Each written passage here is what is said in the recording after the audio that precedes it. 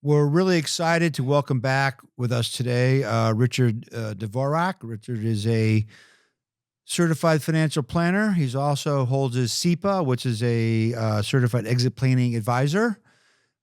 He works with Discovery Point Wealth Advisors and has been in business for over 24 years, working with individuals, families, corporations. And our last discussion with Richard was about, the importance of having a team and quarterbacking to help a business owner through their process, whether they're building the business, whether they're maintaining the business, whether they're selling the business. Richard, thanks for coming back. I know you have a lot on your plate, and we greatly appreciate it. Thank you, Keith. Glad to be back. Enjoyed the previous conversation. So that was a great conversation about all the planning aspects, right? But I think it'd be terrific to talk a little bit about today. Maybe some case studies about some examples of your continuing clients you're working with, and also clients that maybe have exited their business and your part after the sales, so to speak, right? Because we're kind of out of it at that point. So it's great for you to be here, and I think we talked a little bit about we talked about the planning process, but I guess when we get into it is like, why, and we always ask, why are you coming to us, right? When someone says, what's motivating that conversation? What are your goals and objectives are, right? Of course, this is with the sales process. What happens with you, like when you're sitting down, when you're interviewing a client or working with a client? Because, they have a family, maybe then they have grandkids, maybe one of the retires. And so, life changes, right? A lot of different roads, a lot of different paths, and you're right. You're right in the middle of it all. So. Sure. Well, we sometimes have lifelong relationships with the clients, and then their next generation, maybe the third generation, when we work with these clients. And so our process is we tend to work with business owners that have 10 million plus in revenue, but they don't have to have a penny to invest with us. So we do fee-based planning. And when a client comes to us, we want to know, like you do, what are their personal goals? What are their financial goals? And then how are they going to achieve the goals? And there's really two ways that they're going to achieve it. Number one is they've accumulated enough assets outside of the business through distributions and salary, and they've saved it somewhere into some assets that can generate income, or they have a wealth gap. They don't have enough money, and they need to close that gap by monetizing their business. And so that's the first thing that we do, is help them figure out if they have a wealth gap or not. And once we do that, then we need to get somebody to do a business valuation, because we need to figure out what the street value is for the business. We need to bring in the CPA to say, how much are they going to net from this business sale?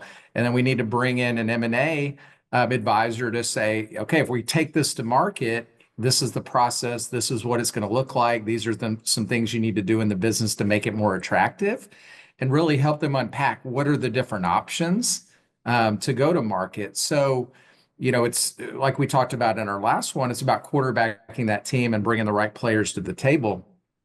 Once they monetize the business, if they decide to do it, right? You don't have to monetize a business to achieve the goals. Like I said, you can save enough assets outside. You can hire an operator to run the business, and you can take distributions and cash flow from the business, and that's okay. But if they do monetize all or a portion of the business, then it's our job to make sure that that wealth lasts them for the rest of their life.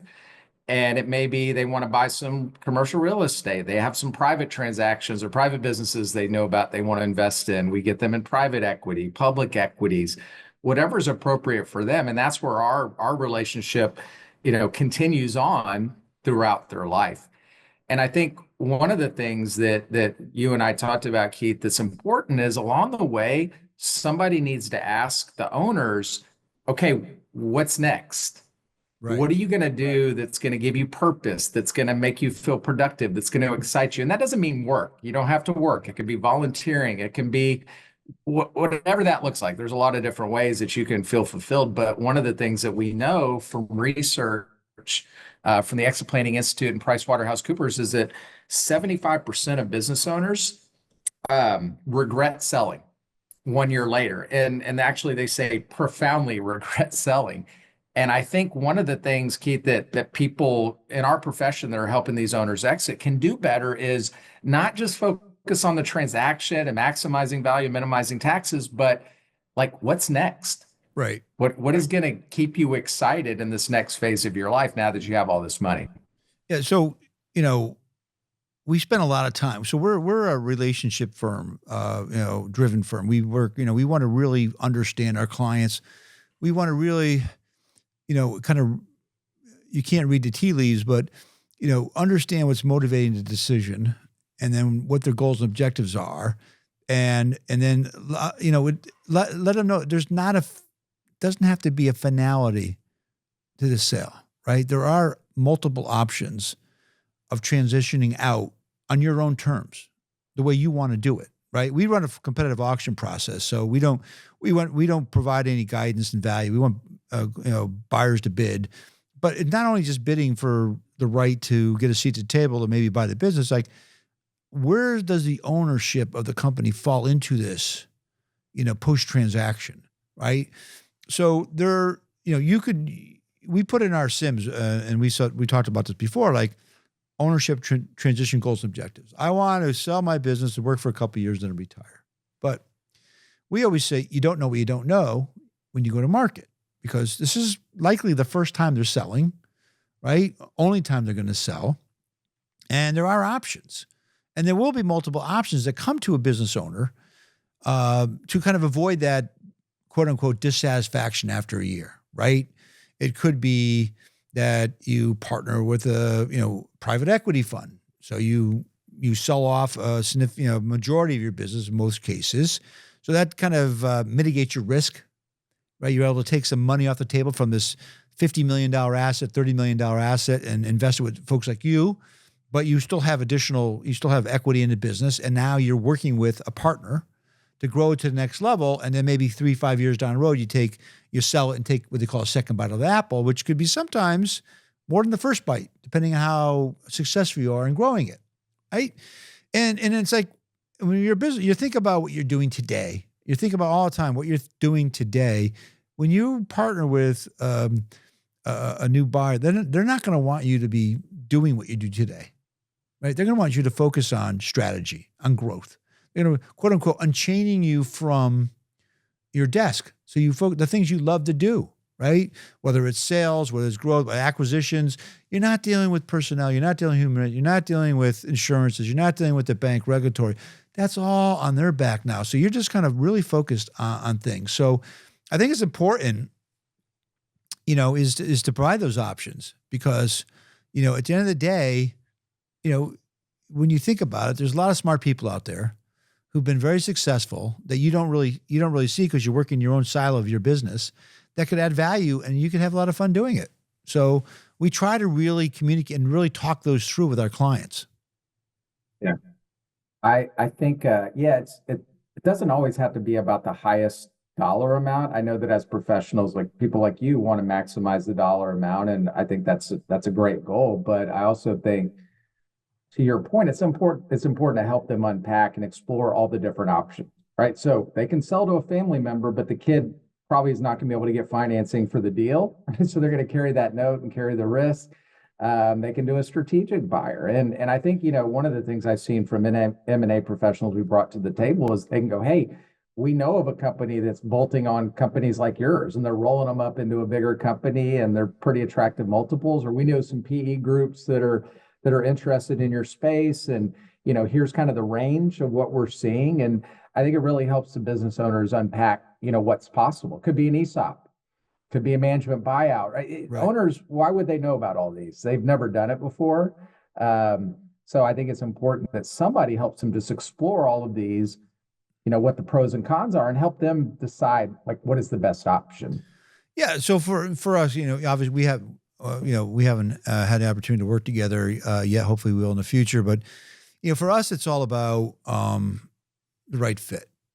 Like, to your point, it's a half of our deals that we work on, our client does not take the highest price. They feel like the next buyer, they feel more comfortable. It feels a better fit. So when we look at the value proposition, we look at the price, obviously. We look at the culture. Is there a culture fit? We look at the legacy of the business. And of course, more than anything else, most importantly, is will my employees have a home moving forward? Because, I didn't get here by myself. It was a team approach. All these people who've worked, maybe 5, 10, 50, some people 30 years for me. If it wasn't for them, I wouldn't be where I am today. So I don't want to leave them out there in the lurch, right? With who knows that they're going to buy your business and they're going to close it and consolidate with another plant, 500 miles away, right? So, and I don't know the kind of conversations maybe you can share a little bit about with us, where you have these conversations with the owner from a wealth management perspective, but you also, like us, it's more about we become very intimate with our clients for a very short time.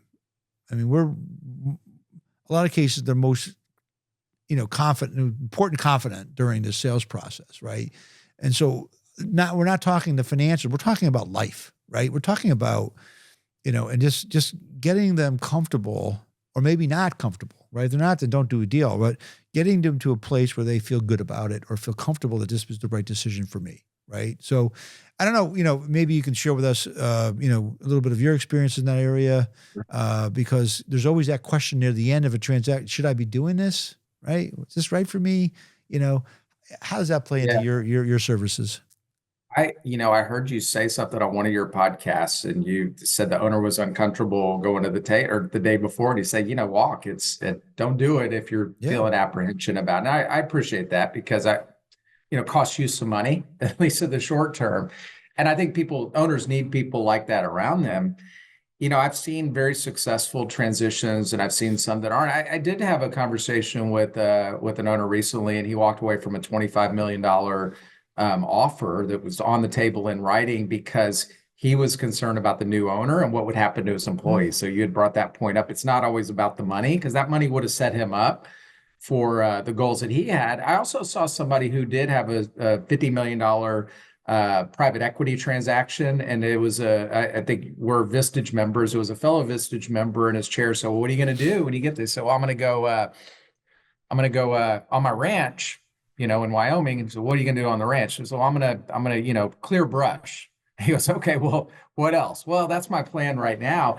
And a couple of weeks later, he was calling the private equity firm asking back in, and they said, no, we don't need you. We got this covered. And so he got the money, but he wasn't prepared for the next phase of his life. So sometimes even getting the money doesn't mean it's going to lead to happiness. And so I think one of the things that I think about when I'm talking with clients is I want to make sure they've got a plan for the next act. And if they don't, we need to start developing that, because that may be a reason to delay. I have many people who retire without a plan or exit their business without a plan, and they're rudderless. Right. They're not happy. So like a sign for me, or a flag, is if I ask them what their plan is and they haven't even thought about it, I may want to slow down the whole thing and just go there. Don't worry about the financials. Don't worry about the money. Don't worry about the assets they'll have. When I do see an owner that's like, well, yeah, I've got a list of things that I want to do. I've been planning on doing this. I want to work with this organization. My wife and I have been meaning to do this. And when they have that list and they get excited and they start leaning into it, then I know that at least personally they're ready. So I think that, I've said this a couple of times, but somebody in the team, the financial team, needs to be asking those questions and making sure that we're not just setting them up financially, but we're setting them up with a kind of a vision for what's next. Yeah, I mean that's the key, right? It's that you need to be in the right mind frame as an owner, and it's hard, because it's very, when you're in a transaction, and I'm talking about transactions. That's what we do, right? Sure. It's very you're getting belted by 19 different sides, 20 sides, right? And it's very highly emotional, stressful, anxiety provoking. And as we say, once you sign the letter of intent, you're going to do a deal. I mean, all the work, that's when it becomes real. Because now, like, oh, I'm actually selling my company, right? So the next 2 to 3 months, the due diligence period, is that you really need that support network. And they have my cell phone, they have our team's cell phone, calls 24/7, because your head starts to spin about all the stuff coming at you. the financial, the legal, this hold back, this. I mean, there's a million things in a very short time frame that you've never dealt with in your whole business career. And so, you need to sit back and be a good listener. I mean, from our perspective, you don't dictate to our client, well, you got to do this. It's like, what's your concern? Right? And I always say to our team, I said on this podcast a million times, if it's a concern to our clients, it's a concern to us. We need to find, no matter how small you think it is, you need to get a solution. So I find that 3-month period, it's a tremendous amount of just being there, being a good listener, and then providing guidance to their concerns. And then when you get to that what I call the last 72 hours, it becomes extraordinarily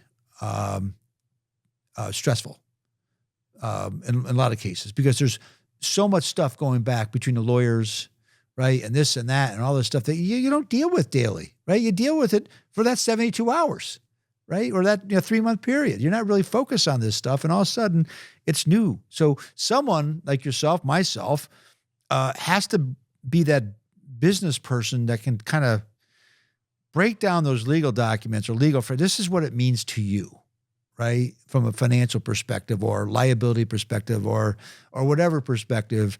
And I'll give you a quick, we got down to one thing, and they put something about a rep in the contract regarding X, Y, and Z. And the lawyers were going back and forth. I finally, we're listening to these conversations because we want to know what's going on. I finally called our client. I said, John, how many times has this affected you in the last 35 years? He goes, never. I said, okay. And, I said, let's give on this, because it's never affected you. Let's fight a different war on something else that's more important to you. Right? It's all about negotiation. He said, that's a great point.